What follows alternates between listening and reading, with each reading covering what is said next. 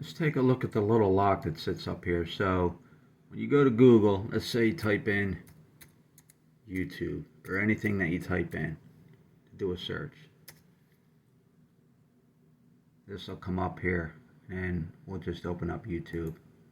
I didn't pick them for any particular reason. I just figured a lot of people go on YouTube, so I figured I'd just use that. But the biggest thing is up here in this little corner up here, this little lock that's up here next to the URL. I mean, you can check the URL too to make sure for the spelling and stuff like that. But a lot of times it'll have a lot of encrypted code after this, a bunch of letters and symbols and stuff like that after that. But if you click on this little lock right here, and you'll see it has, it'll say certificate valid, cookies, settings, and stuff like that. Click on the certificate valid, and it'll tell you who it's issued to, if it's valid, and stuff like that, the date that it's on, and everything like that. And you can go through different things on here. You can go through the details. You can check the path and stuff like that, and that gets a lot complicated and stuff like that. But in general, what you want to check for is that little lock up there to make sure it's there. And if you really want to see anything, see who it's certificate to, make sure it's valid, and these dates down here to make sure that it's valid and stuff like that. But the biggest thing is to make sure that it's valid, to make sure that you're on a proper website, and make sure that it's secure, aside from the HTTPS that's usually up there versus HTTP. Now, I know Google has said a thing in the past recently that they will only accept HTTPS. Any HTTP site, they're not going to let them go through. They have timeline or anything like that. But you go through here and you can check this thing up here. Now, sometimes you'll go to a site and it'll have a red thing up here, like a red triangle or something like that.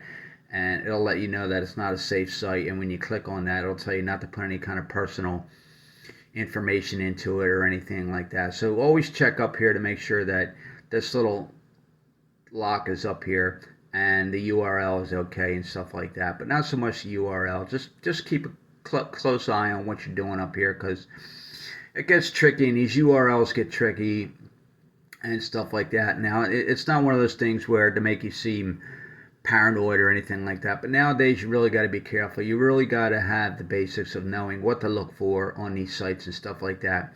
Another thing that I do is usually I leave the tabs open, as you can see, and stuff like that if I'm going to be home or something like that. Usually on the weekends I'll leave them open. I don't close them out. I just sign out of the sites and go from there.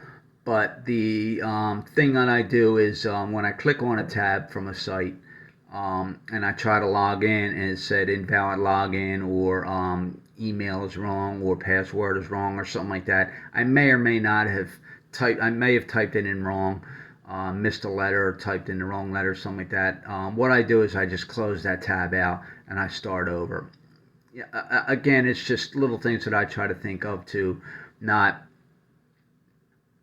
try to get hacked or anything like that. But yeah, this little lock up here says connection is secure, and it could right in here where you can click on learn more, and it'll open up a new page and it'll tell you more of what you need to do, how to check to see if a site is connection, everything's secure, not secure. And as you can see, there's that little red symbol down there that'll come up and stuff like that. A lot of times I've seen this too on here, this symbol in the middle. And you can just go down here, secure, what each symbol says. Just something else to get familiar with on these sites, and just to educate yourself a little bit more on how to be safe online, because it is getting tough to be online and sharing information, again, to protect yourself on your end and protect what you're putting online and stuff like that. And the other thing too is a lot of these sites that are breaches and that are so-called being hacked and stuff like that, a lot of it is getting hacked on the database themselves, which we have no control over. We can have a good password, we can have two-factor authorization, MFA, multi-factor, whatever you want to call it, and there's only so much that you can do on your end. Once they get into the database, we have no control over the database. Once they get in there and they get all that information and stuff like that, telling you to change your password, well, by that time it's too late.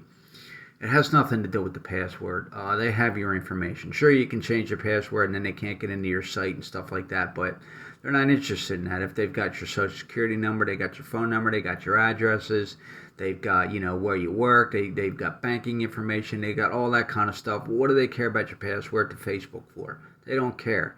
A lot of that happens too, but a lot of that comes down to the site itself. It comes down to the database protection and stuff like that. So just want to do a quick video here. It's 7:14 a.m. on a Sunday morning. Still trying to wake up. But just wanted to bring this little bit of information to you. These are little simple do-it-yourself things that you can do on your own to check and try to be a little safer online and try to give yourself a little better peace of mind and be a little more secure and just a little more aware.